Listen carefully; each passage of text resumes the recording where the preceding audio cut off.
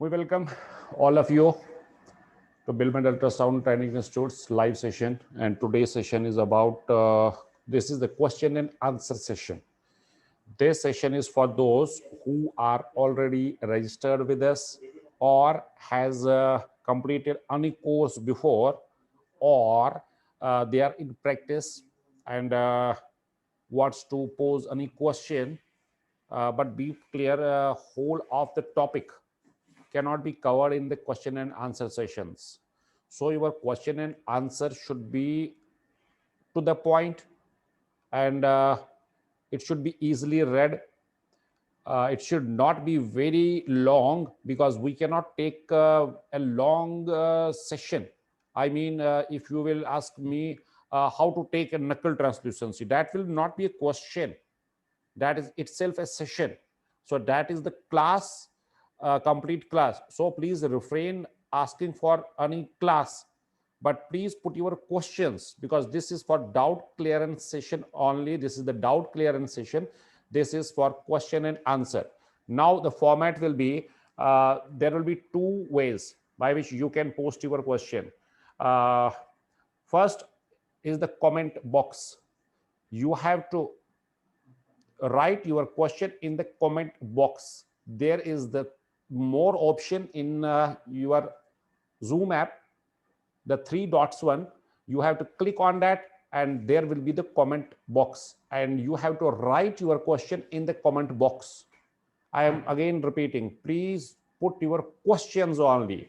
I cannot take a session, I cannot take a class.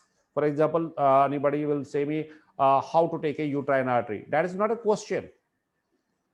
So those things will be giving secondary. We will take those if we will be having time left.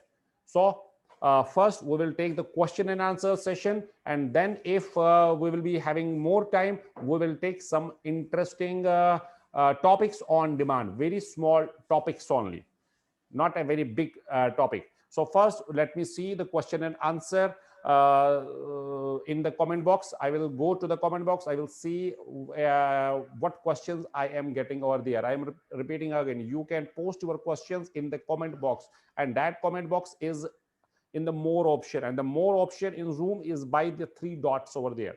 So please post your questions in comment box now. I am waiting for the comment box questions. And this session is for those who are already undergoing our online, offline, in campus, any courses. Okay. So let me check with the comment box.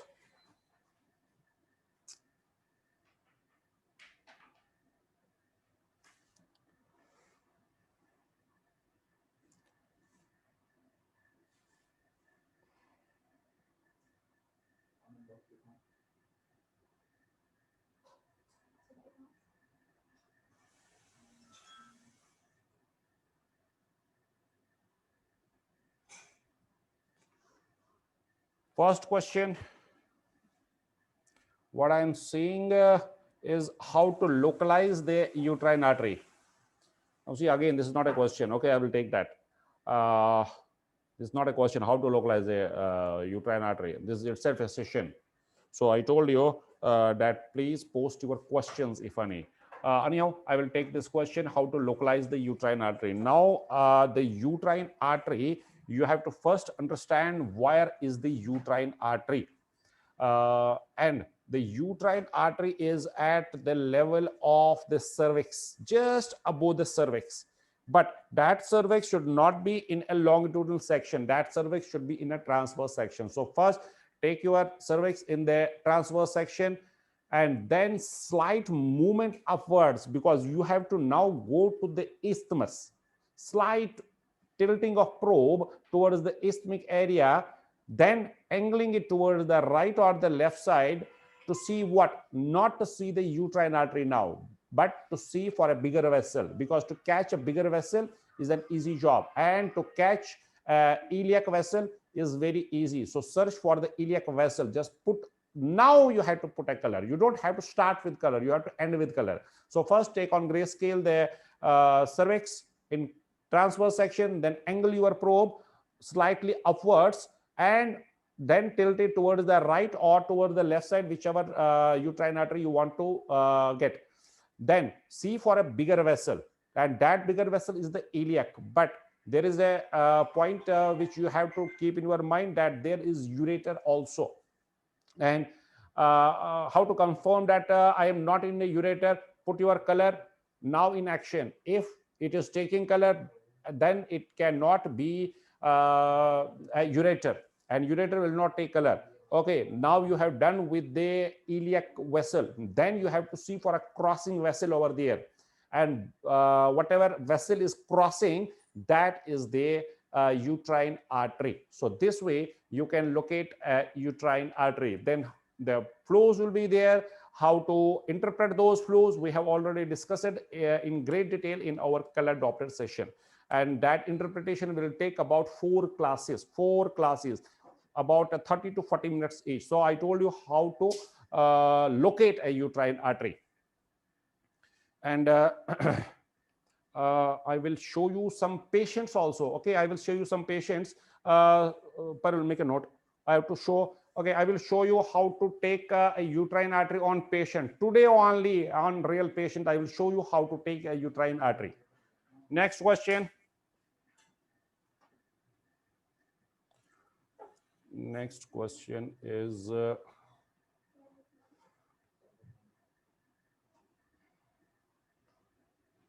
importance of ductus venosus and NBNT scan. Dr.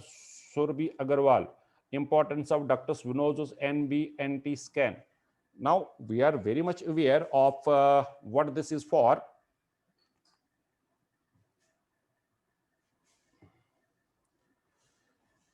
The NT-NB ductus venosus scan is the level first scan, that is the level 1 scan, and this is for two things. One is I have to see for any chromosomal abnormality. If NT is very big, I mean very deep NT, more than 3 millimeters, and if nasal bone is absent or very hypoplastic, then I am dealing with the Down syndrome, maybe dealing with the Down syndrome. And if knuckle translucency is increased, then I may be dealing with some abnormalities. And now the role is of the ductus venosus. Ductus venosus is giving me the additional information of any chromosomal abnormalities. But you may be thinking how a vessel will predict a chromosomal abnormalities. In some chromosomal abnormalities, we have seen that there are some defects in the heart also. So that way it is indirectly reflecting me some chromosomal abnormalities also. Now the next question can be how to locate a ductus venosus. Now that will not be a question, because that is a complete class in our online or offline or in campus courses. So this is for the chromosomal abnormalities. And the ductus venosus, please make a note, the ductus venosus here is not for fetal acidosis. Ductus venosus is reflecting the fetal acidosis, but in level 1 scan, I mean NBNT scan, we are adding the ductus venosus not to see for the fetal acidosis, but to predict prediction of some chromosomal abnormalities like a Down syndrome.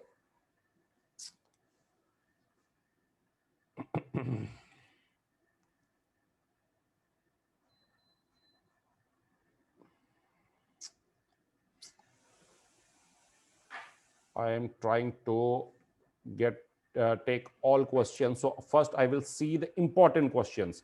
Practical tips for corpus callosum. Very good question. The question posed by Dr. Virendra Mohan. Practical tips for corpus callosum. Now see, the practical tip for the corpus callosum is that the corpus callosum, where is the corpus callosum? You have to think more, yeah, and you have to do less when you are doing ultrasound. So whenever you are doing ultrasound, you have to think first and then you have to see. You don't have to only see on the monitor. You have to think 100 times first, then you have to open your eyes onto the monitor. This is the rule for ultrasound.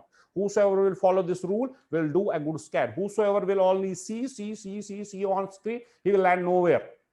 Take my words, he will land nowhere. He will be always in confusion. Now coming to this question, where is the corpus callosum? Now the question posed by Dr. Mohan is practical tips for the corpus callosum. If I will unmute him, I will not unmute because there can be the background noise from the candidate. If I will unmute him, take my words, he knows it. But the point is that I will prove that he is knowing that that thing is already in his mind. If I will unmute him, I will prove that he is knowing this thing, but it is not coming out from his brain. Now he will think and he will reply me in my comment box, in his comment box, in everybody comment box, that am I right or wrong. Now, Dr. Mohan, pay attention, and others also listen to me. Where is corpus callosum? You all know that corpus callosum is in the center. Where? Complete center here. Dr. Mohan, pay attention and tell me whether you are knowing this thing. You are knowing this thing. Yes. Now, what should be the scan plane? You can post in the comment section. What should be the scan plane to see anything? Not the corpus callosum, anything. Whatever is in the center. So corpus callosum is connection between the right and the left side of the brain. So the point is, what should be the scan plane now? These are the practical tips. What should be the scan plane? Scan plane should be axial. Yes or no? Yes or no? No. Because axial is this section. So it has to be a mid-sagittal, and mid-sagittal only. Now, what is the practical tip? You know this, but I have to prove that you are knowing, but I have to extract that knowing from your mind. Now, if you are cutting, now think, if you are cutting mid-sagittally, what you are hitting? You are hitting to the nasal tip. And from the back, what you are hitting? You are hitting the knuckle translucency. Now the point is, what is the practical tip? Now you will tell me what is the practical tip. I've given you the formula. Now, whenever you are seeing a corpus callosum, if your scan plane is hitting through the corpus callosum, then the scan plane is automatically hitting through the nasal tip, nasal bone also, and the knuckle translucency. So if you want to confirm that the said plane, whatever plane is right now on the screen, is mid-sagittal, what you have to see now? Nasal tip, knuckle translucency. And if there is nasal tip and the knuckle translucency, then automatically you are now knowing 101% that you are in complete mid-sagittal section. And if you are in complete mid-sagittal section, then only you can take the corpus callosum, and then only whatever structure is coming from the brain has to be nothing but the corpus callosum. Now I want to confirm whether this is the complete mid-sagittal plane. What to do? I have to first see the nasal tip, I told that, and the knuckle translucency. But why not to angle? Now see to my hand. Why not to angle towards the right or the left side? That will be parasagittal. Yes or no? Sagittal tilting towards this side or that side, toward the right and the left side, will take me in parasagittal section. And in parasagittal section, what I will be hitting now? What is here? What is here? Ventricles, left ventricle, lateral ventricles. So if I am in complete mid-sagittal section, if now from there I will tilt the probe towards the right or the left side, I should see ventricles. So this is for the confirmation. These are the practical tips. Now, am I right that you have to think more and you have to do less? What to do? To do ultrasound. So you have to think first 99 times, then the 100th time you have to open your eyes on the screen. That is it. So next question from Dr. Azhar Sheikh. If MCA is abnormal and other all parameters, uterine and umbilical arteries are normal. Now, this is not a complete question, but I can make out what is the question. The question posed by the Dr. Azhar Sheikh is, if MCA is abnormal and all other parameters, uterine and umbilical arteries are normal. Now, what that person is posting, he wants now the interpretation. Now, this interpretation is not a 5 minutes job. I will try to take it very briefly and the important points. First, you have to understand two things. One is early onset IUGR and another is late onset IUGR.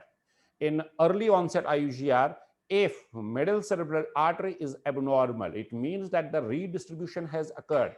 And if redistribution has occurred, that redistribution is due to the high placental obliteration. And if there is high placental obliteration, it has to be due to impaired trophoblastic invasion. If I am dealing with early onset IUGRs. So in early onset IUGRs, now coming to the point, the answer is if middle cerebral artery is abnormal, then the uterine artery, umbilical artery has to be abnormal.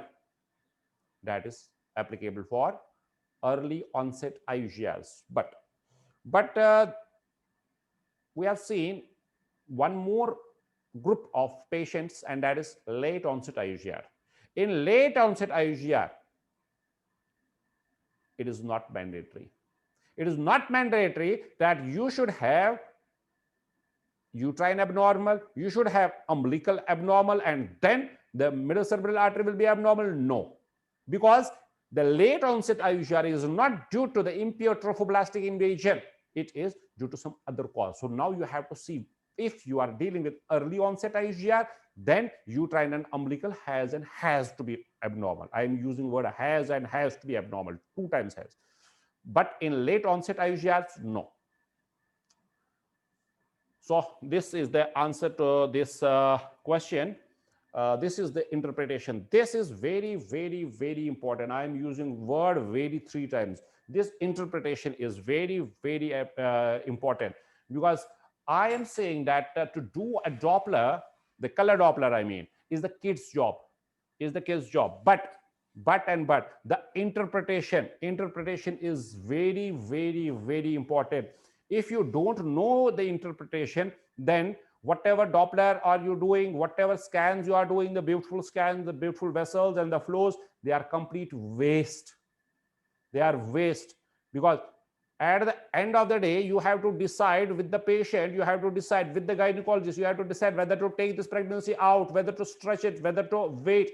That is your purpose. And if you don't know the interpretation, then the scan is complete waste. And this interpretation is hanging in between the gynecologist and the radiologist. Gynecologist is saying it is not my job, and radiologist is saying I should not know this. Why should I decide when to terminate? And this hanging interpretation in between 2 doctors is making a patient suffer, and the complete waste of the scan. So know your interpretations. I have a small booklet on color Doppler. I have written a small booklet on color Doppler, and that is for interpretations only. If anybody wants, they can contact us. We will send them. So okay, now that was one more question.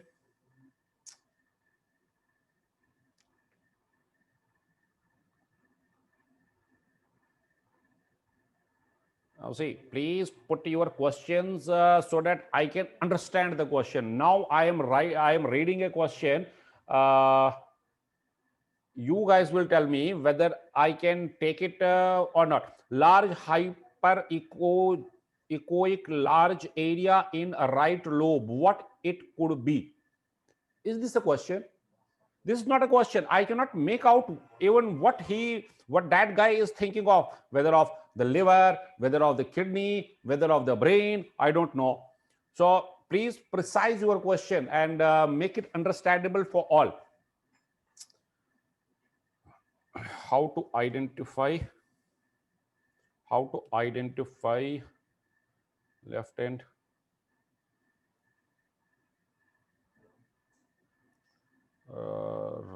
left and right lateral ventricles on BPD plane on fetal head scan? Dr. Shankar Nath Yogi. Very good question. How to identify right, left lateral ventricles in BPD plane? Then there are 3 question marks on fetal head scan. Dr. Shankar Nath, I got your question. Now the question from the Dr. Shankar Nath is that, I will come to the question. First, let us clear some points from some neurosonography. 4th ventricle, everybody knows. 3rd ventricle, everybody knows. There are 2 lateral ventricles, everybody know that. Where is first ventricle? Which one is the first ventricle and which one is the second ventricle? Now you have to think. Right ventricle is the first ventricle and left ventricle is the second ventricle. That is why I am having in center the third ventricle, which is draining in the fourth ventricle. So the point is the right ventricle, I mean the lateral ventricle, right lateral ventricle is ventricle number 1. But books are not writing this. And left lateral ventricle is ventricle number 2. Now the question from Dr. Nath, Dr. Shankar Nath, yeah, is that how I can say whether this is right side or whether this is left side. Now, if you can decide with you which side is the right from abdomen. Now see, in abdomen it is very easy. In abdomen cut, in AC cut, abdominal circumference, it is very easy. Then first see the abdomen cut, and abdomen cut will tell you where is the stomach bubble, and whatever size is the stomach bubble, that has to be which side, you know now. That has to be left side, and whatever is the side of the gallbladder has to be the liver side, and the liver side will be the right side. So decide your situs, decide the this right side and the left side from the stomach, and accordingly you can then make out from the head. But only from the head it is not possible. It is very, very difficult. It is very 2 times very. It is very, very difficult from head to say which side is right and which side is left. But from abdomen, if you move then ahead to the head in the axial plane, yes, you can make it that way.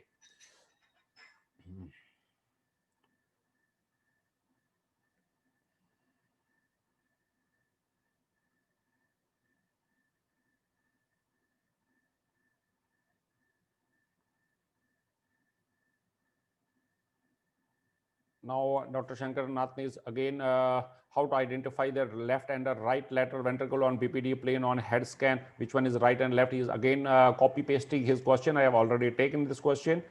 Tiny calculus, how to confirm, no shadowing, unicolor, roll. Dr. Rajendra Rathore. I am again repeating all of you, please put your question in such a way so that I can understand. Otherwise, I have to smell now. Now I'm smelling only what that person is posting. Now see, I am reading the question from the comment box. Tiny renal calculus. This is how the question has been put. Tiny renal calculus. How to confirm? No shadowing. Unicolor. Then there is probably a comma, then a roll, then the question mark. Now, please put your question in a proper way. So the question from Dr. Rajendra is that how to now I have to make out the question. How to make a diagnosis of a small renal calculus. How to confirm it? How to confirm it? Because there is no shadowing from there, and I may confuse whether this is the calculus or a calcification. Dr. Rajendra, this is your question. Yes, if we are not knowing the basic and the practical tips, we may confuse the small calculus, I mean the tiny concretion, the small calculus with the calcification. Not only with the calcification, but with the artery, with arteries. If the artery is cutted in transverse section, the walls of the artery is looking like a dot in transverse section. If I'm cutting the artery from in transverse section, then it will look like a dot over there. So that time I can overdiagnose the concretions. I can overdiagnose this tiny calculi. Now the question is how to differentiate this from that. Now, if it is an artery cutted in a transverse section, which looks like a small calculus, where the artery is the artery in parenchyma or in medulla? Today we are probably taking the fetal ultrasound questions, and this is not from fetus. Okay, I will take that also. Now, where the artery is that artery in cortex or medulla? So that has to be in the cortex. So first define the location of the query calculus. If it is toward the periphery, then it cannot be a calculus, because calculus has to be in the collecting system or near, very near to the collecting system, and that is somewhere at the level of the pyramids. So see where you are taking this calcification or this question mark calculus from. If it is more on the periphery, then it is in the tissue, and in the tissue is the are the arteries, then it cannot be calculus. So first localize where I am. Am I towards the periphery or somewhere in the center? Not completely in the center, somewhere in the center near the this pyramids, near the pyramids, because the calculus has to be in the collecting systems only. Then zoom on. Before the machine settings, you have to first do some machine settings. You have to move your focal zones, then you have to adjust with the depth, and then you have to zoom. Zoom is the last option. Don't start with zoom, end with zoom. That is the point. So again, the machine settings is a very big topic. It is itself a course. So do your machine settings, then put zoom. Again repeating, zoom is the last option. Don't start with zoom, end with zoom only. Then what you have to see, you have to see whether this calculus is having a strip beneath or above it also. It will look like a small two parallel lines, and if it is looking like a small two parallel lines, then it cannot be calculus. Now see, am I talking of shadowing? No, because I know that in a 4 mm 3 mm calculus there will not be shadowing. Okay, coming back, if there will be two parallel lines, then it cannot be calculus. Then what it is? It is the vessel. It is the vessel cut in a transverse section, and the wall is hyperechoic. But how many walls I will be hitting? From top and from the bottom. That is why I will be having two parallel lines over there. So this way you can confirm whether I am dealing with concretions, I mean small calculi, or some calcifications, or some wall cutted in a transverse section. And there is one more thing, and that is the this color. You can try, but in kidney the colors are overlapping. You can try the color box onto the calculus, but that calculus should not be very small, not a 3 mm and a 4 mm, maybe a 5 or a more millimeters calculus, and it will show you that the color will go like a shadow. That is very much applicable for ureter calculus, but in kidneys we can do some machine settings. With these adjustments we can see that artifact which is coming from the calculuses, and in ureter it is of very much use. So you put on posting your questions. I'm scrolling the comment box, and we are getting healthy questions over here.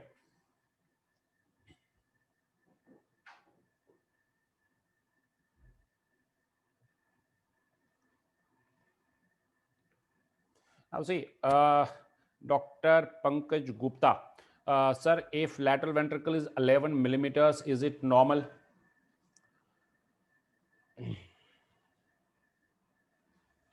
There is something which is called as borderline. Borderline can be normal, borderline can be abnormal. This borderline is applicable for head to toe, not only for the lateral ventricle if it is 11. So 11 is the borderline. Now see, 11 is the borderline.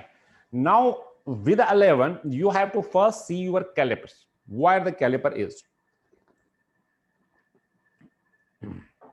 Which part of the lateral ventricle you are measuring, and which part of the lateral ventricle you have to measure. You have to measure the antrum.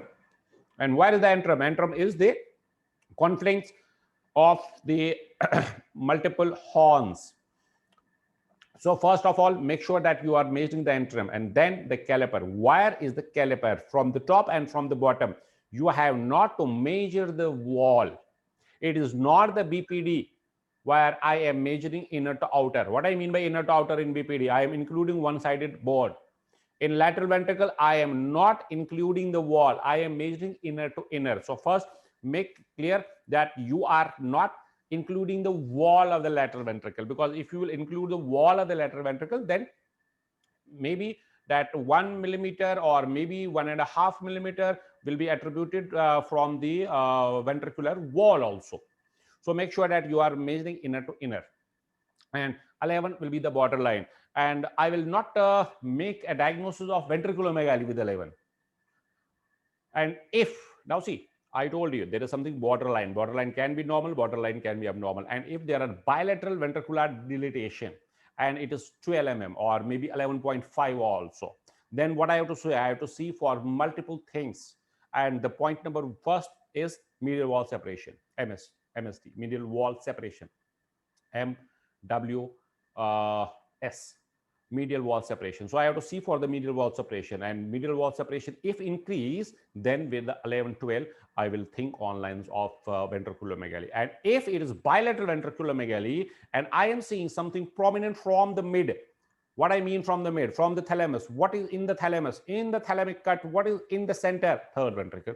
And if third ventricle is dilated, then it is not borderline, it is for sure increased. So the point is that one thing is not making a diagnosis in ultrasound. This is the rule for ultrasound. One point, one sign, one finding is not making any diagnosis, but the point will be a clue, will be a guide for you for what to see, this, to see that. And if you are expecting that and that is coming on the screen, then you are on the right track. For example, here, borderline ventriculomegaly. Then this borderline ventriculomegaly is a clue to see what? To see the third ventricle. Okay, now I have to go to the third ventricle because the lateral ventricles are dilated. Okay, third ventricle is dilated. Then that is the clue to see, that is their track to see what? Fourth ventricle now. Okay, fourth ventricle also dilated. Oh my God. Then what I have to, now this is the track which you have to follow. Fourth ventricle dilated, then what to see? You have to see then the cisterna magna. Okay, cisterna magna is collapsed. I'm not able to see the cisterna magna. Where to go then? Now see the track yourself. Where to go then? To spine. What for? To see the defect. Where? At the lumbosacral region. Why? Because maybe that you are dealing with the Chiari-Sacchi malformation. Now see, this is the track.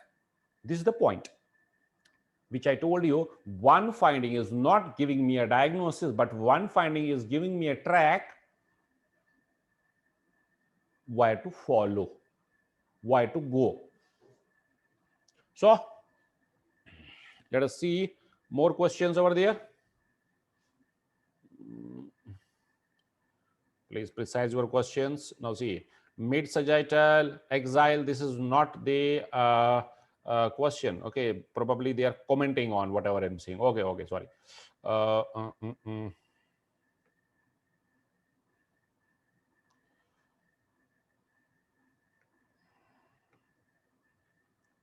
What is corticomedullary differentiation?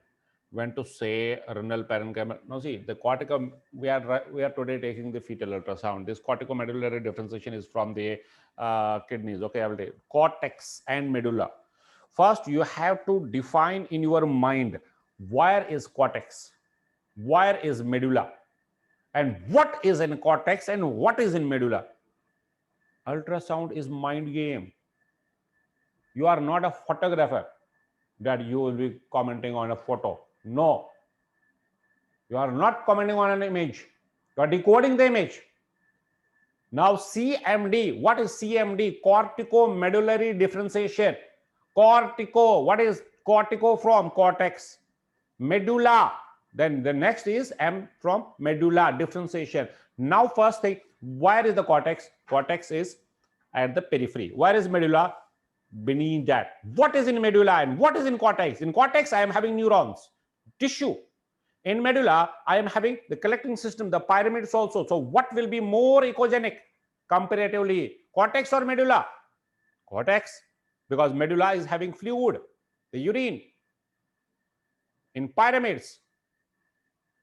So there will be not a homogeneous echogenicity from cortex to medulla. This is the point. And that inhomogeneous, is differentiation, cortex and medulla. And if that is lost, then we are stating that corticomedullary differentiation is altered. And that is itself the renal parenchymal disease. Okay.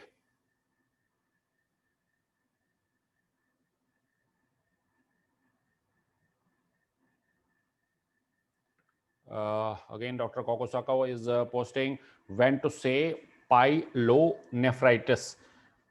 Pyelonephritis, see, this is itself a topic in itself.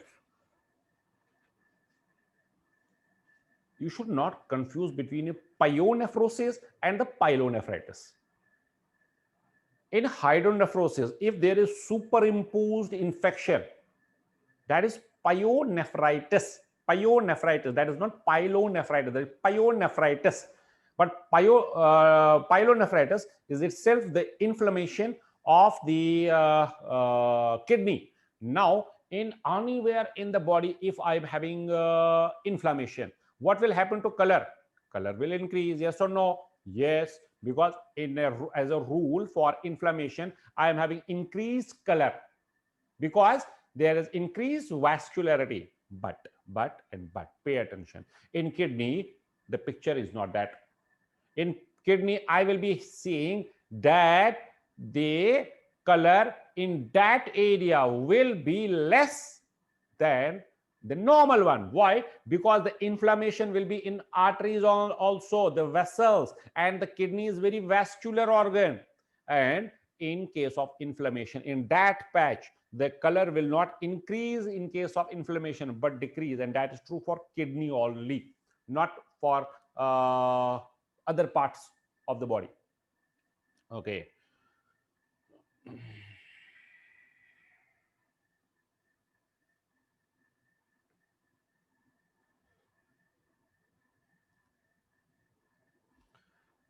Dr. Azim Malik is posting how to identify fetal kidney is right or left.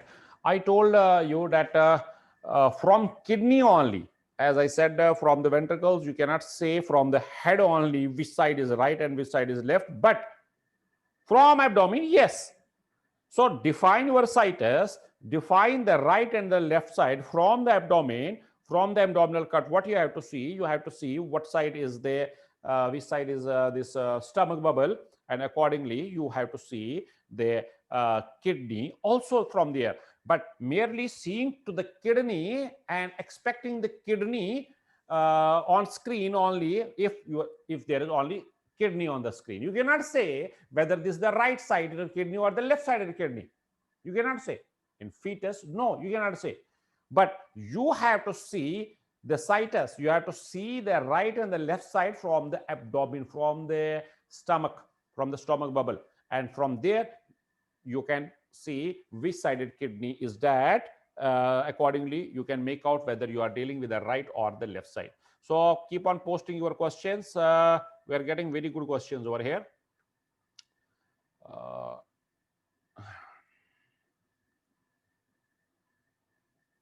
What is the criteria for the upper limit of liver and spleen in pediatric age group, and what is the normal values for AFI according to the gestational age? Dr. Azhar Sheikh. Dr. Azhar Sheikh is posting how the measurement, asking for the measurement. There is a chart. So that is available on net. You can Google it and you can download the chart, and it is the age related and in adults 13 and 15. What is 13? In transverse section 13, and in longitudinal section 15 is the upper limit for liver. But that is not applicable for the pediatric. And in pediatric, we have to calculate with the formula, and that formula is age related. So download the chart and paste that chart in front of your machine, and accordingly decide whether you are dealing with the increased liver or a normal liver. And AFI is also gestational age related. What you have to pay attention in AFI?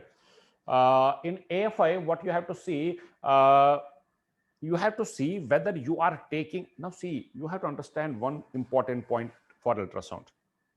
Well, you have to understand one important point for ultrasound is that your machine does not have eyes. Your machine does not have brain. You have to put your eyes and your brain in a machine, and then only you can do ultrasound.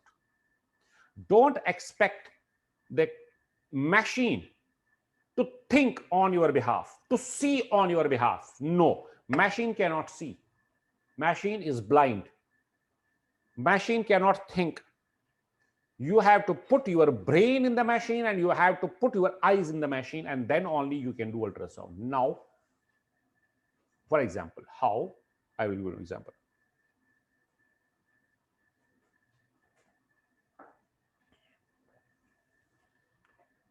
Machine is, ultrasound machine is a robot. It is a software. It is a computer. You are giving commands to machine. You are giving command to any computer, and the computer is obeying your commands. Now, for example, in this AFI, you have put an AFI. There is a box, to calculate the AFI. What you are doing, you are taking 4 quadrants and the machine is calculating and giving you the sum of all. That means AFI, amniotic fluid index. Now, the point is, have you given normal values? But what I mean by normal, accurate values to machine, that machine is not thinking. Machine is not seeing whether your probe is like this, like that. Machine is taking as if your scan plane is appropriate, is perfect. But if your scan plane is not perfect, what I mean by not perfect, how to take the amniotic fluid? Now, how the patient is lying? Patient is lying like this and on the bed, and how your probe should be perpendicular with her body or with your bed, on whatever bed the patient is lying. Then only, now think what I am saying, then only you are taking the accurate pockets.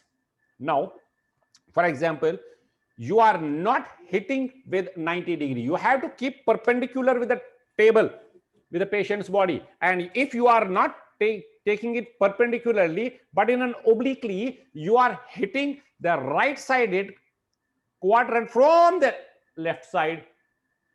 Now you are thinking that I am in the right side, but your scan plane is hitting onto the opposite side. You are taking as if I am taking the quadrant from this side only. Then you are going to that side, and there your scan plane is hitting with 90 degree accurately. You are getting the same pocket from 2 different sides of the body.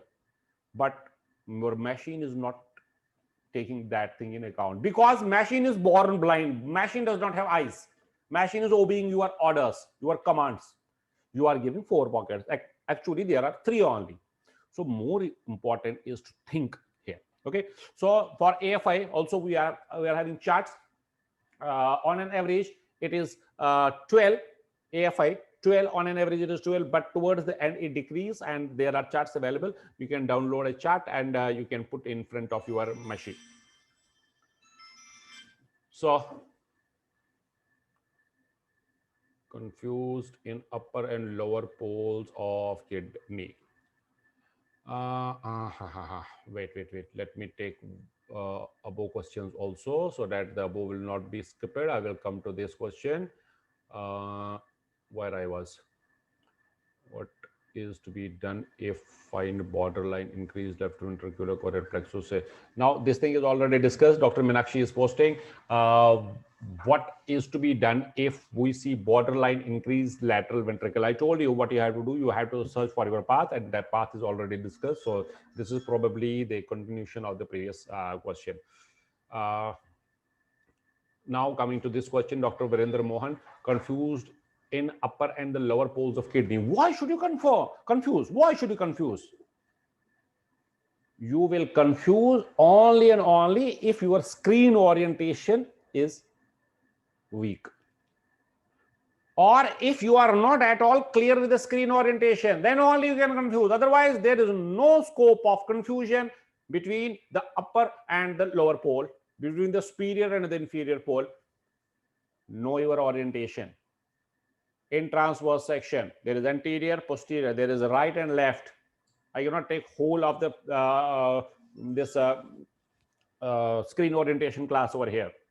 This for question and answer session. But if you are registered with us, you have already taken the physics and the machine settings. In physics and machine settings, probably the 7th or 8th is the screen orientation. Go back to that class, clear the screen orientation, and if the screen orientation will be clear, then never ever you will be confused with the superior and the inferior poles. Now what you have to pay attention, whether you are whenever you are in transverse section, there is anterior, there is posterior, there is right, and there is left. But when you are rotating it, the anterior and the posterior will remain same, but right will be replaced by superior and the left will be replaced by inferior. Then whatever side of the kidney is going towards the right side of the screen has to be superior pole,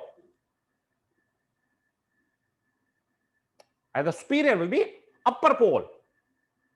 So first clear your screen orientation, and whenever the screen orientation will be clear, then you will not confuse with this superior and inferior poles.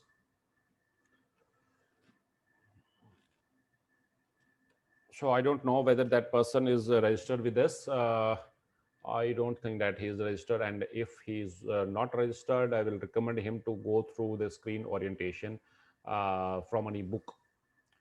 And this thing is in detail in our courses.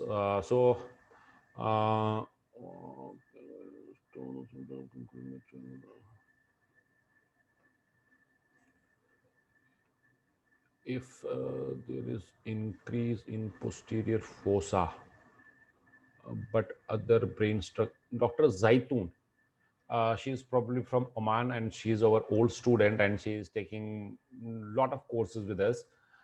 She has recently joined with us, but she is very actively participating in all the courses.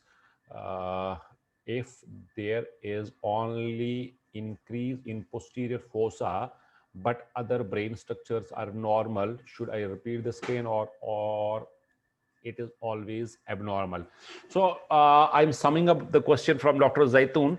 Now her question is that if only posterior fossa, it means that if only cisterna magna is deep and other brain structures are normal, first of all, is this normal? What should I do? How should I label this on my ultrasound? And should I repeat it? And if I will repeat it, when to repeat? And if I am repeating, what for I am repeating, what to see next in the rescanning, what I have to see. Now the point is that if cisterna magna is dilated, for example, it is 14 millimeters, and normally it is up to 10. On an average, it is 10. And if it is 14, cisterna magna is 14. It can be a megacisterna magna. It can be a cyst in the posterior fossa, because cyst is anechoic. It will look like a megacisterna magna. It will look like an increased cisterna magna. So 2 points are: it is megacisterna magna. It can be a cyst, and which cyst? Subarachnoid cyst. Subarachnoid membrane is everywhere in the brain. So if it is in the posterior fossa, it will look like a deep cisterna magna. But it can be a black spout cyst. Yes, why not? It can be a Dandy-Walker's malformation. Now I told you 1 point, 1 finding is not making a diagnosis, but this is the path which is now taking you to some point. Now this megacisterna magna, deep cisterna magna, is the path now. Is the boarding pass for me to take the plane of China or Australia. Now this is the boarding pass for me to China or to Australia, not to China to Australia, but to fourth ventricle. If fourth ventricle is dilated, and where is the fourth ventricle? You know, in front of cerebellum. If fourth ventricle is dilated, then I am not dealing with just megacisterna magna. Now you have to ask question to yourself, why fourth ventricle is dilated? Because the pressure is very high up. Then I have to see for the tentorium, and if tentorium is elevated, then it is not just Megacisterna magna, but it may be a Dandy-Walker's, even a variant, not a malformation, even a variant. Then you will be searching for the vermis, and then you will come to know, oh my God, I was about to miss a Dandy-Walker malformation. This is the path.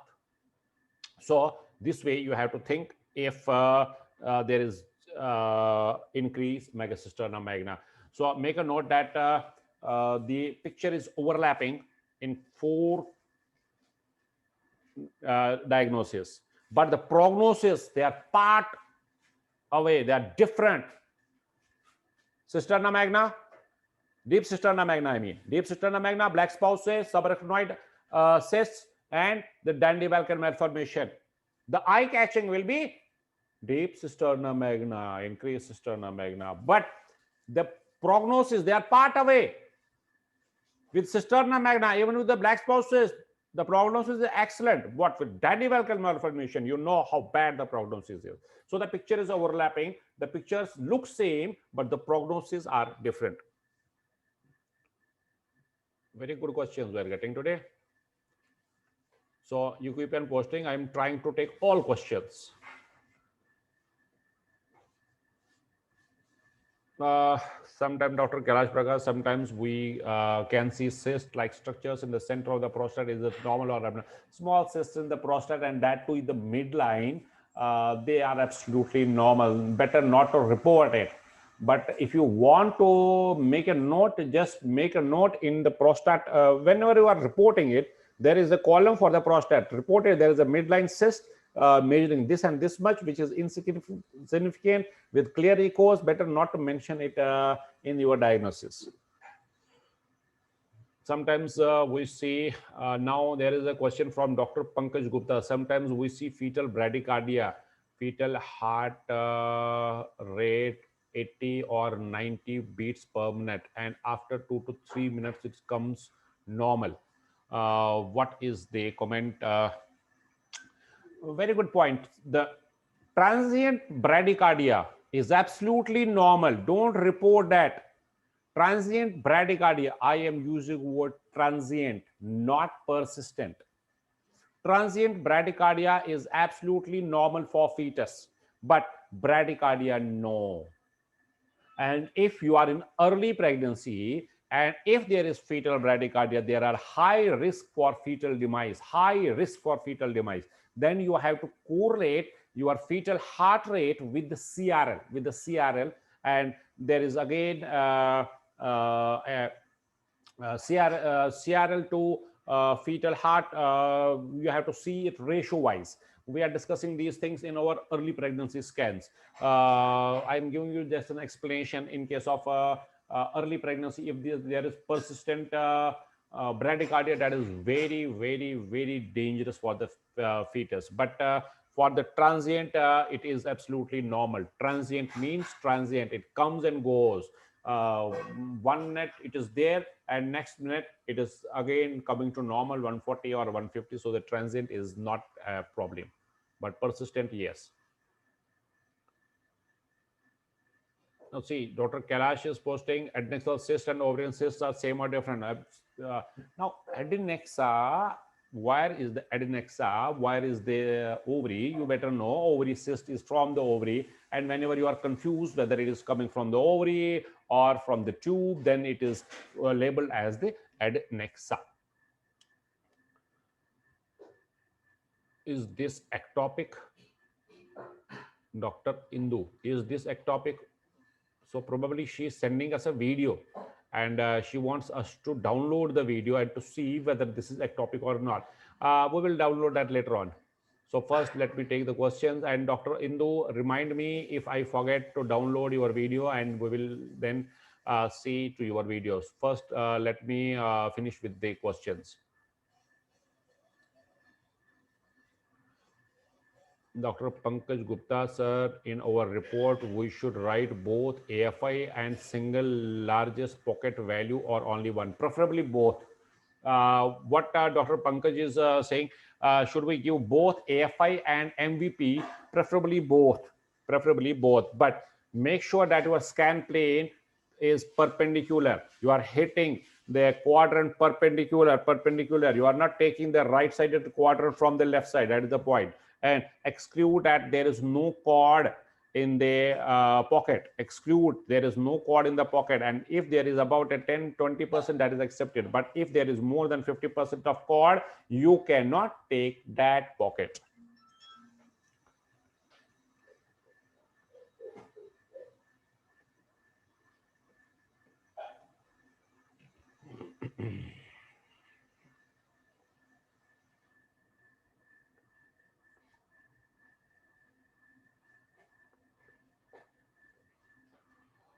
So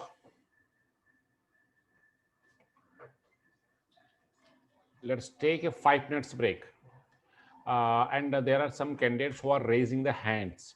Dr. Surabhi Agarwal is raising the hand, and one more candidate is raising the hand. So first, let me see why they are raising the hand. If there is any question from them, we will unmute them, and let us give them the option to unmute. So Dr. Surbi, and there is one more candidate who has raised the hand, but her name is not mentioned here. It is by Honor 10I. I don't know, is this the phone name or what is this? So Honor 10I and Dr. Surbi Agarwal, we are sending you the unmute invitation. You have to accept the unmute invitation. Sending you now. Accept the unmute invitation.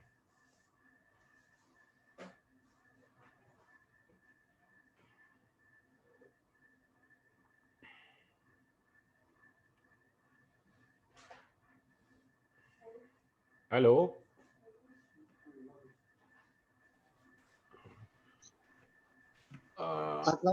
Yes. Hello. Yeah. Who is that? Please tell me your name. Dr. Rahim. Yeah, tell me where you are from. Dr. Rahim from Pakistan. Okay, tell me what is your question. Do you have any question? Sir, I have no question right now. Okay. So please mute your microphone again. Okay, and sir. please raise your hands if you are having any question and you want to discuss any question one-to-one with me. Then only the hand raise option is there. Okay. So we are going for a break for 5 minutes. Dr. Surbi Agarwal, we are sending you an unmute invitation. Hello, sir. Good evening. Yeah, good evening. Do you have Sir, any? just I want to ask you, I'm a gynecologist. Yeah. I have done the doctor course from you, fetal doctor course. I'm finding difficulty in localizing the uterine artery trimester wise.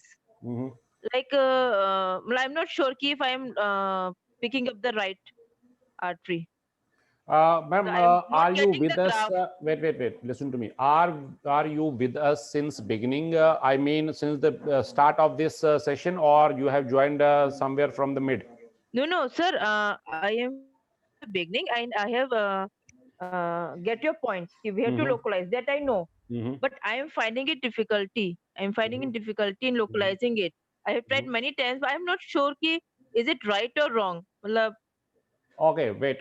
Let me show you some patients how to Yes, sir. scan it. Okay. Yes, sir. So Okay, we'll that show will you be after break. so nice of you, sir. Okay, I will show you some patients. Give me 5 minutes break. We will continue. Sir.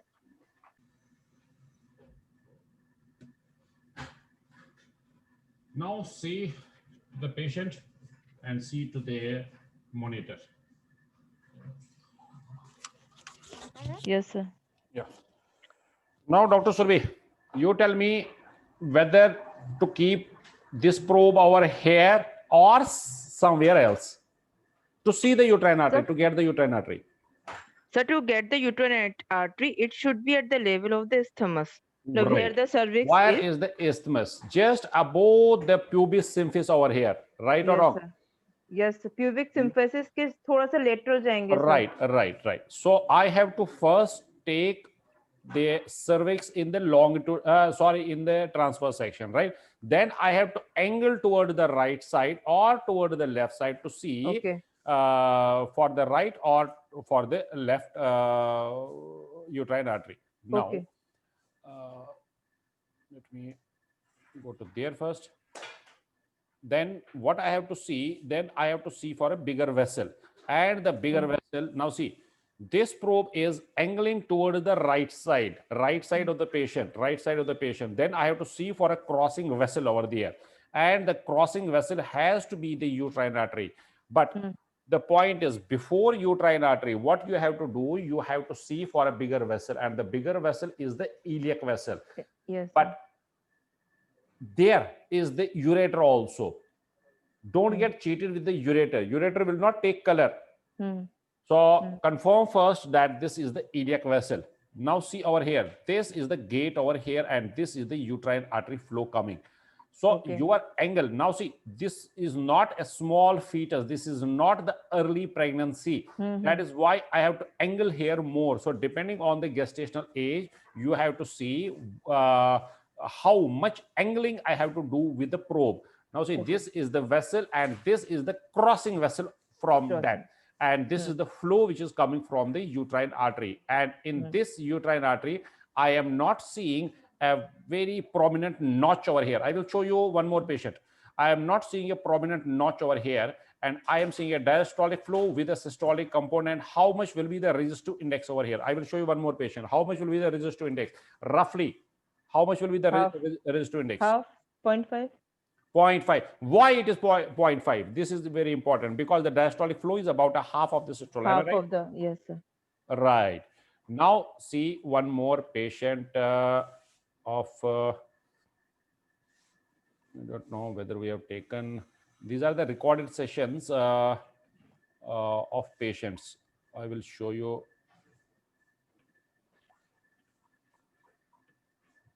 The uterine artery. Umbilical, umbilical, umbilical. This is also umbilical. Yeah. Now see, pay attention. Where I am. Pay attention, pay attention. I am making it again. Now see, this probe has to be in a transverse section. And it has to be just above the pubis symphysis. Right? Okay. Now see. Okay. Now see. Then you have to angle it. Now see, you have to angle it inferiorly to get the cross section of the cervix. And once you got the cross section of the cervix, then you have to angle it. Now see, now it is angling. It is angling toward the right side. And once it will angle toward the right side, what I am thinking that you are expecting a color Doppler to do job for you. Don't expect the color Doppler to pick the vessel. First, you have to see the vessel on the gray scale. Then you have to put a color. You are probably starting with the color. That is why you are struggling with any vessel over there. Now see, I am getting a hazy, I will say hazy, not a very clear, hazy area of the iliac vessel over here. But I know that the scan plane is cutting through the area where is the vessel. And which vessel? I told you, start from the bigger one. Start from the bigger one. Now see, I am getting now see over here. I am getting a vessel-like structure over here.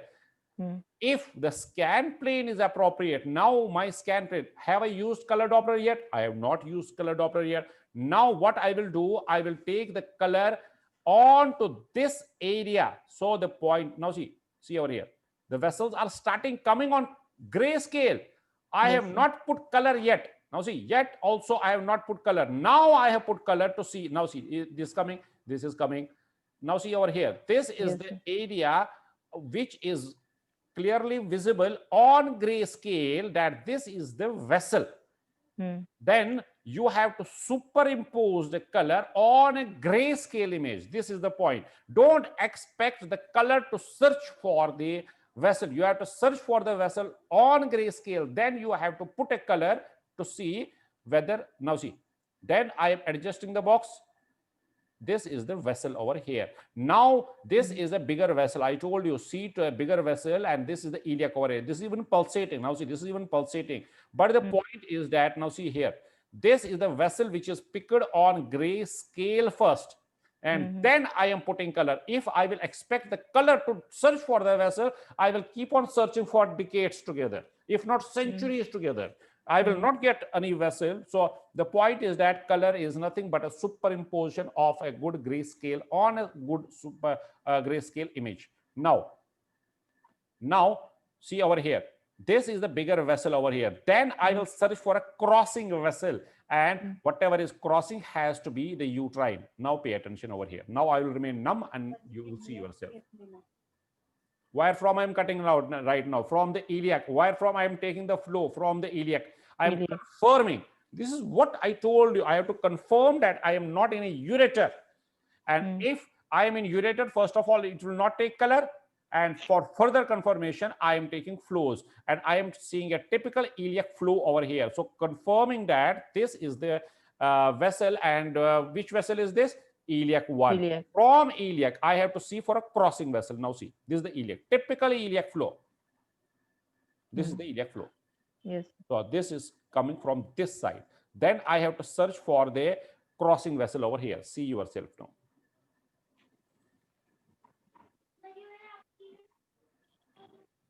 Iliac. Iliac. Now, see, moving the gate and taking to this vessel, which is crossing. Now see, I'm zooming over here. I have to see for a crossing vessel. Now see, again going to the grayscale. Grayscale is the base. See, I have to search for a crossing vessel. So once you got a crossing vessel, then put the gate onto the crossing vessel. Yes. And if your flow is correlating with the uterine artery, then now see yourself. This is again the iliac, and this is the crossing. This is the crossing. Beautifully seen. Sir. Now see, I'm putting gate over here. Yes. So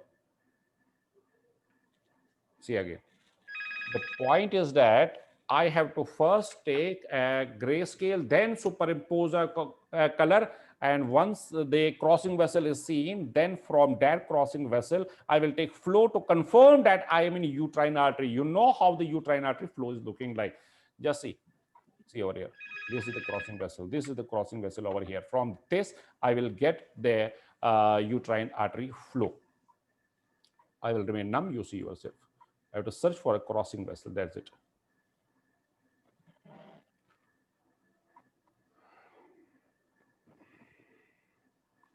Now see, this is not the iliac. This is not the iliac. This is the flow of uterine artery. Is this normal or abnormal? We will discuss later on. First, see the flow. This is coming from the crossing vessel. Now I have inverted it. Now see over here. What I am seeing a very low diastolic flow and a retention of a notch over here. So this is the crossing vessel over here. And from this crossing vessel, I am getting this type of flow. Now, Dr. Surabhi, tell me, is this normal uterine artery or abnormal uterine artery? So it is normal. Normal or abnormal? Sir, it is wait. I am giving you the gestational age also, 17 weeks. Sir, it is normal. It is not normal. See. How much is the diastolic flow? Is the diastolic flow half of the systole? Yes or no? Half, sir, less than half. It is less than half. This is the point.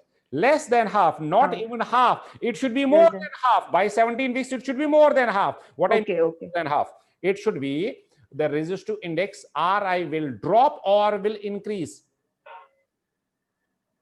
Ri will drop or increase?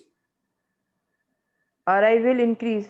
No, Ri will drop. Ri has to Ri drop. will drop. Okay. Now, what I mean by Ri dropping? By dropping Ri, I mean increase in diastolic flow. Am I right or wrong? Yes, sir. It means that by 17 weeks, it should be more than half of the systole, and it is not even half. So this is an abnormal uterine artery. With this, I will report a weak trophoblastic invasion. Okay. So I've given you both the interpretation as well as the techniques of the uterine artery scanning on the patients. Thank you so much. I'm tracing it. let me trace it first and prove that this is an abnormal. Now see, it will come over here. You will tell me how much it is over there. Tracing. Now see how I'm tracing. Manually I'm tracing, going up, coming down. So I am taking two waves in account.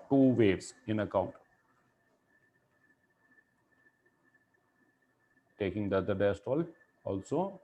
Yeah. Now see the resistive index over here. If you can make out, it is how much? Can you make it out here? Like no. Yeah, try to make it out here. 0. 0.8, sir.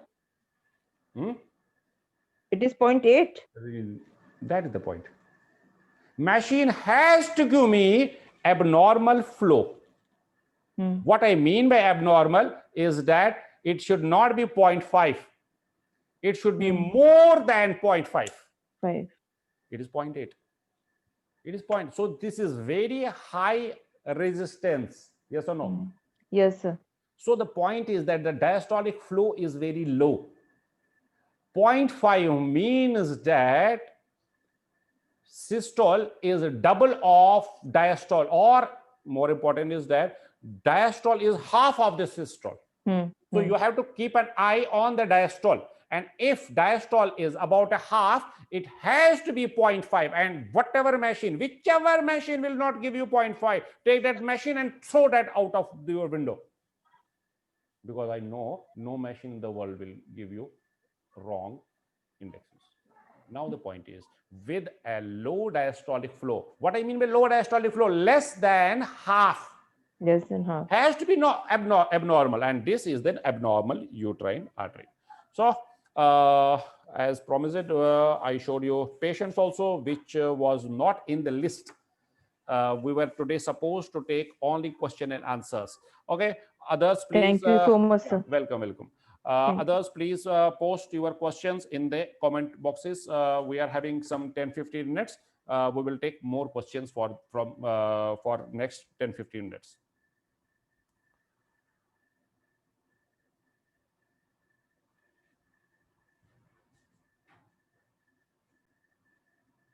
So Dr. Azhar is sending us a question, not by this comment box, but in a group where he is added.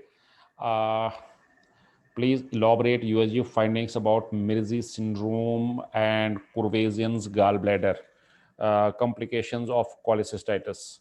Dr. Azhar, see, first of all, this is not a question. The complications of the cholecystitis will be discussed in the course itself. So I will take, please elaborate USG findings of Mirzi syndrome and Courvoisier's gallbladder. So let me take the Mirzi syndrome.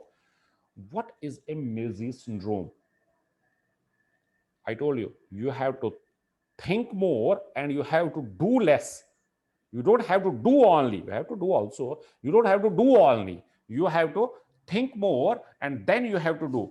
So let me take a whiteboard. Let me take whiteboard. Wait. Let me take whiteboard and we will draw something on whiteboard, okay? Wait.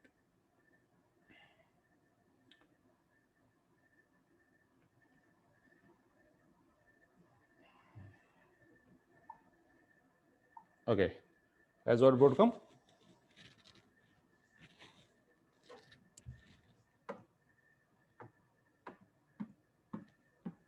No, this is not working. See to this.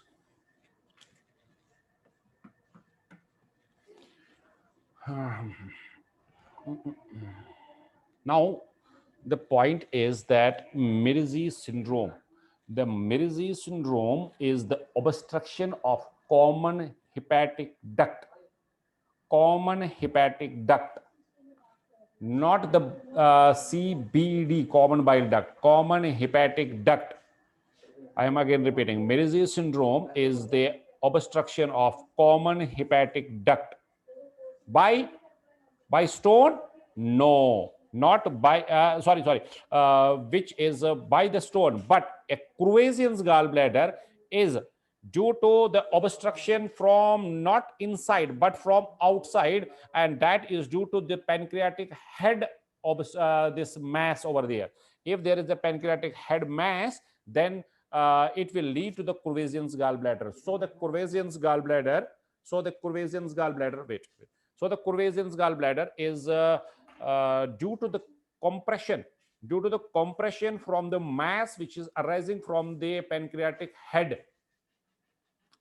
But a Mersey syndrome is the obstruction at the level of the common hepatic duct, which is causing the extrinsic compression from an impacted stone. Where? In a cystic duct. Now,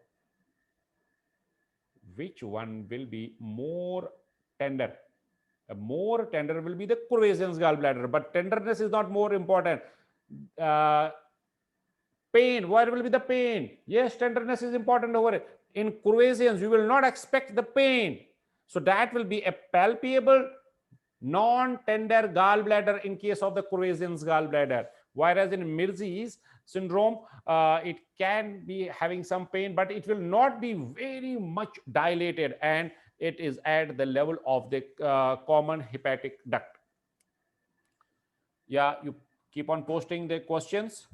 I am having an eye on the comment section.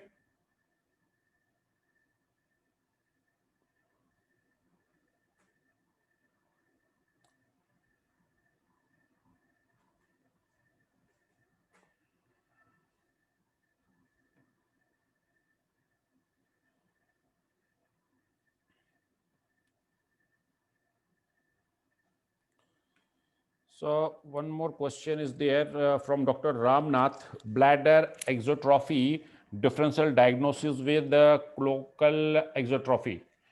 Now see, the cloacal exotrophy is also known as OEIS complex. Make a note. OEIS complex.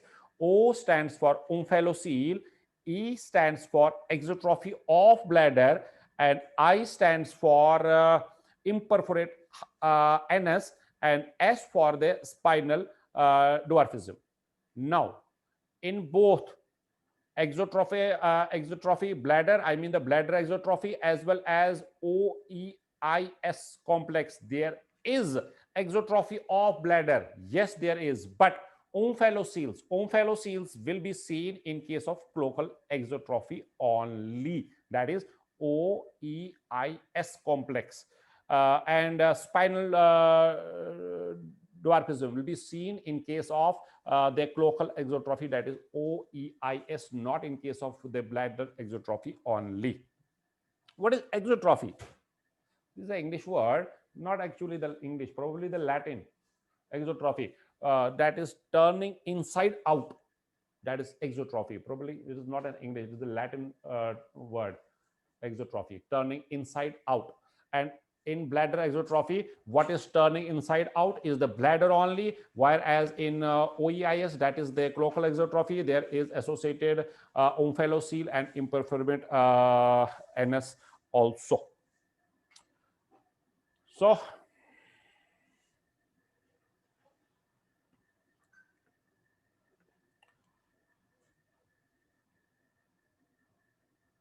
Dr. Nidhi Agarwal. So let me take the last question now from Dr. Nidhi Agarwal. I am confused between the measurement of liver because length varies in some patients by changing its position only.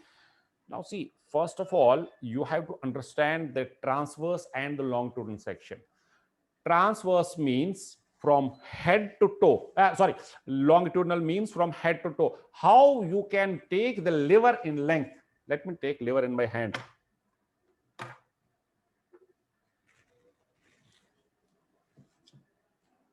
Now see, this is the liver over here. When I am measuring, now see, when I am measuring, let me take other view.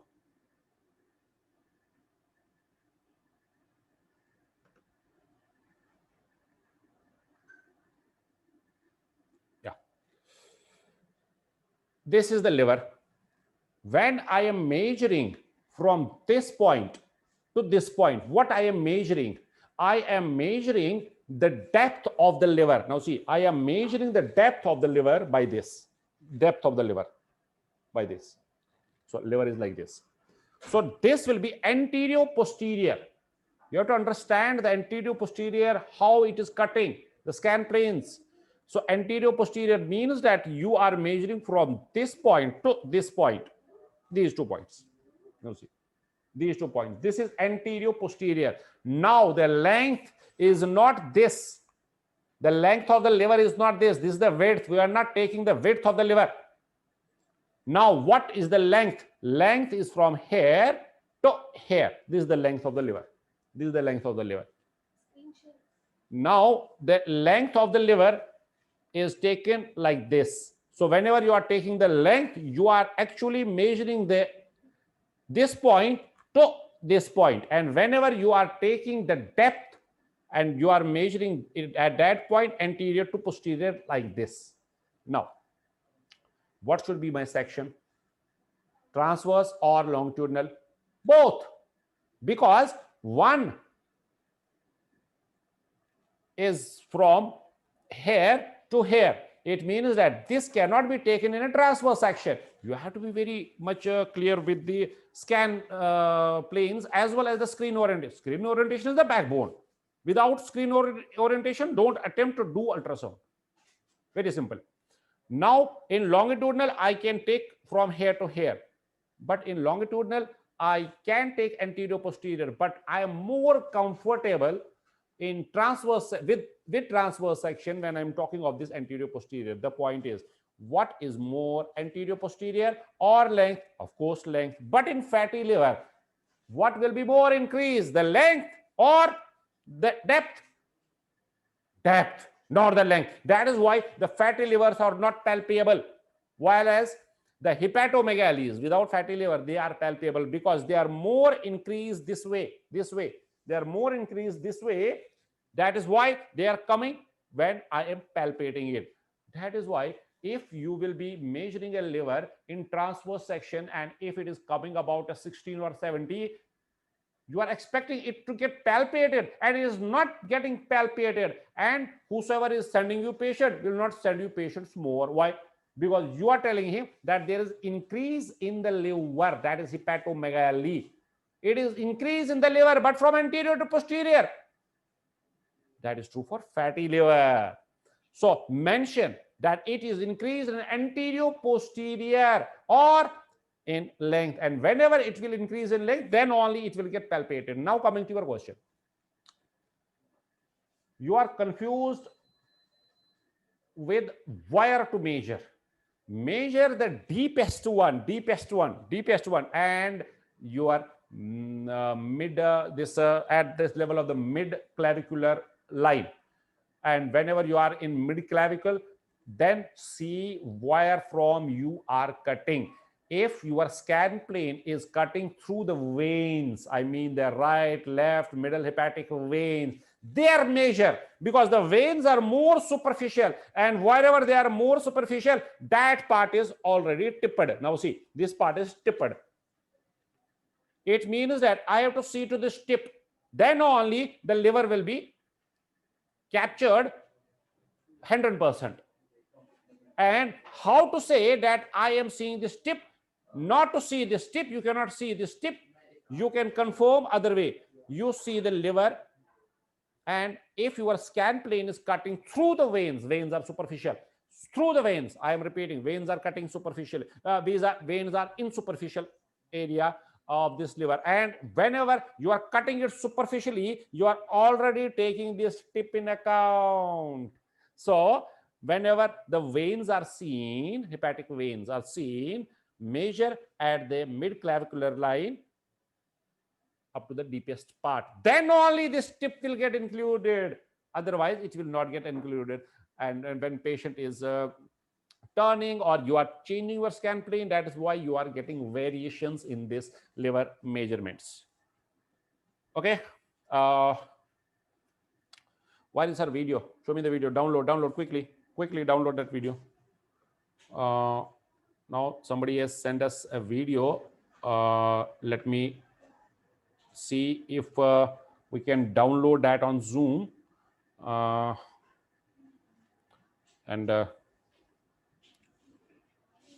we'll get back to you.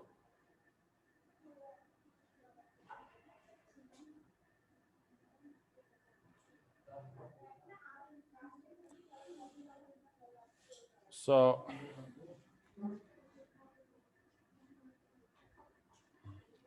it is not playing. Download it fast. Download it. Go to the comment section and download it fast.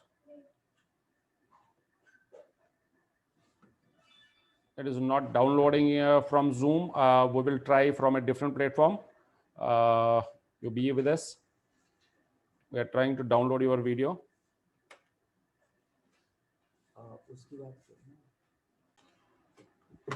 Whosoever has sent this video, please raise the hand. I want to discuss this case with her or him. Please raise the hand quickly. Please raise the hand. We have downloaded the video. Raise the hand quickly, please. Raise the hand. We are waiting for you. We have downloaded your video. Please raise the hand. I want to get the complete detail of the patient. I mean, I want to see the report of the beta SCG and other things also. Quickly raise the hand. Yeah. Dr. Indu, we have sent you the unmute invitation. Whenever you will receive it, accept it and say hello. Say hello. Hello, sir. Yeah. Hello. Hello, sir. Yeah. Hold on.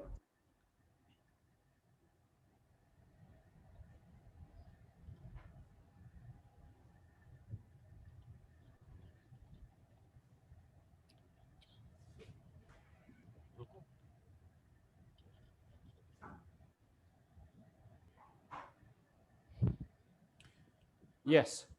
Dr. Indu? Yes, sir. Yeah, tell me what was the case first? Sir, it was a case of early pregnancy.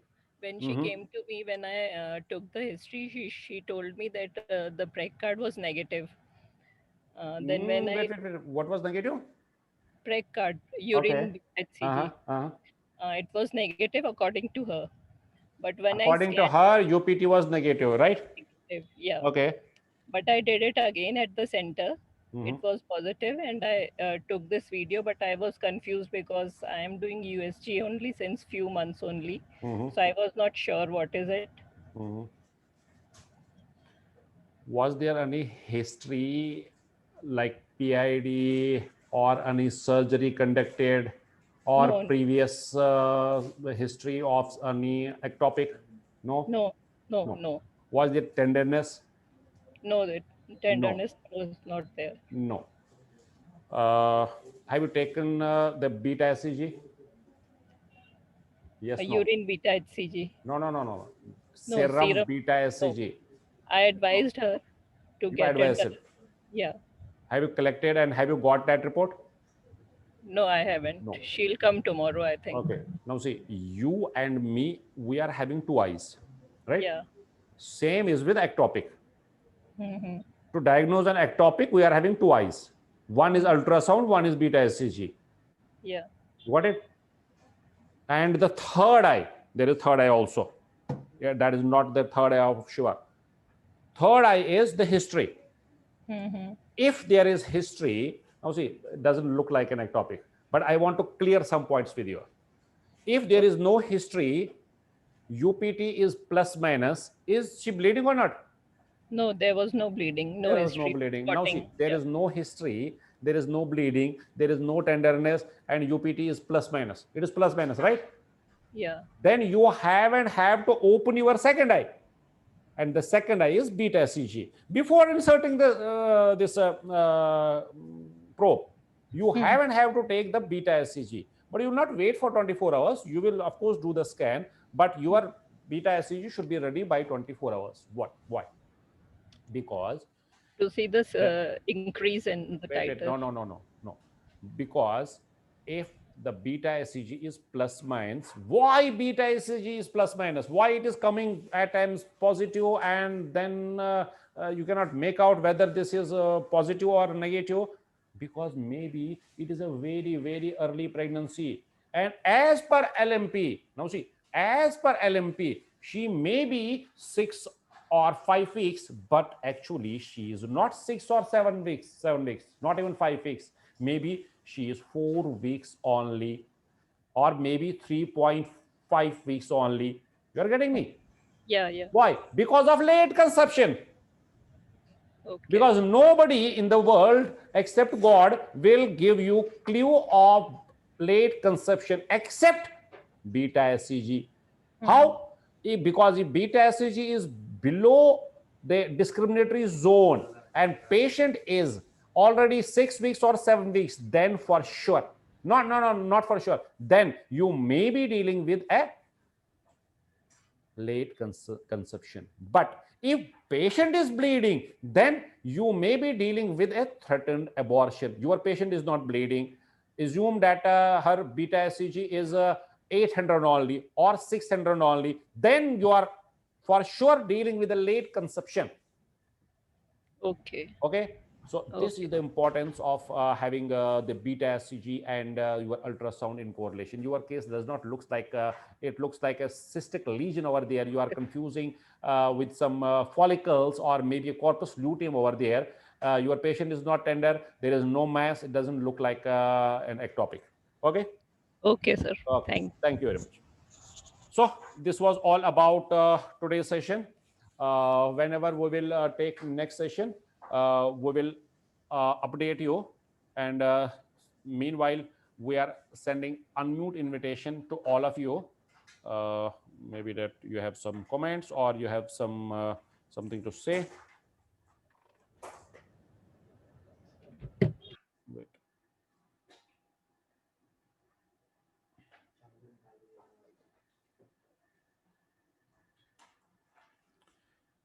So if anybody wants to unmute himself or herself, we have sent you the unmute invitation.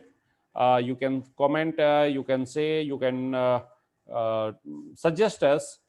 Okay, you all are unmuted now. Okay. Good evening, sir. Good evening, good evening, good evening. How was the session? Sir, it was good. Sir, can you take one more question now? Or is it over? Go ahead. Sir, actually, I have confusion while doing the ultrasound scan for bowel. So I am not able to differentiate between small and large bowel properly and to localize the cecum and ileocecal valve. So for that, which probe you are using? I'm using usually linear probe for bowel Not ultrasound. usually. You have to use linear probe only. Yeah. Okay. In case of obese patient, I have to use the convex probe. Yes, in case of that, yes, but there you have to drop the frequency or to increase the frequency. We have to increase the frequency. Yes, you don't have to drop because the obese patients, what we are doing, we are always and always decreasing. But here you have to increase because you are using a different probe. So there are multiple findings over there. We will take that thing in second session, interactive session. Okay, sir, no problem. Because it will take about a half an hour. Okay. Okay, sir, no problem. Thank you, sir. Okay, welcome. Sir, please take video slides. Take video slides. What do you mean by video slides? Some cases, practical slides should be there. Wait. Video classes. You mean the patients? You want to see more of patients, or you want to see the video clips of ultrasound? Video clips of ultrasound. Video clips of ultrasound. What is your name? Dr. Manoj Jain. Dr. Manoj Jain. We are having everything.